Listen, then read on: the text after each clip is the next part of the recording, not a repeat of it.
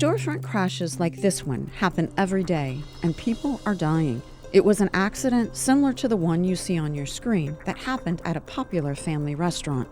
April 25th, 2014 was probably the worst day of my life. Mike Fleming is talking about the day an elderly driver drove through the front of his restaurant. The car accelerated, suddenly crashing through a disabled parking sign, a rail, and ultimately into a line of people that were standing in front, waiting in line to come into Farrell's.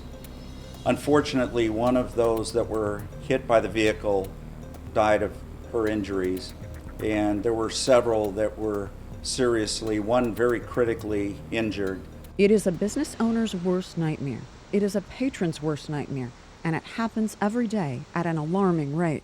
About 60 times a day, cars run into buildings or run into the area outside a building where people might be having coffee, and 500 people a year die.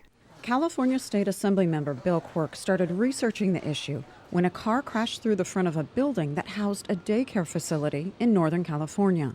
Fortunately, the kids are okay, but there was no protection for the people in the building.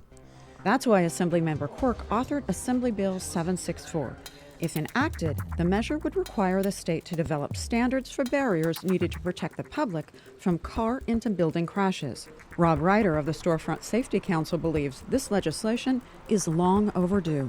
The bill is basically saying we should consider when we're building buildings the safety of the people who are working in them or waiting in front of them or sitting and having lunch in them. And so it's a very simple measure that says there should be safety barriers at least planned somewhere along the line, and that insurance companies, should they feel that's appropriate, should give discounts to the people who have invested in increasing the safety. But insurance companies aren't likely to give those discounts until there are uniform standards set by the state. That's why AB 764 is so important. Without having standards written down, they won't know what's strong enough to stop a car, what'll prevent the car from maybe going up and over the barrier. These barriers are relatively inexpensive and can save businesses and insurance companies thousands of dollars per accident. You have fire sprinklers that cost far more than this. You have emergency stuff over your cooking grills that cost more than this. This is just basic, simple construction. And as I always tell people, I drove here, I was better protected in my car than people sitting on that bench were. I got airbags, I've got seat belts, I've got crumple zones on my car. I'm in an accident, I'm pretty safe. If you're sitting on a bench in front of a restaurant and a car comes at you, you are not safe at all. And for Fleming, the cost of these barriers isn't even a consideration when you think of the lives they will save.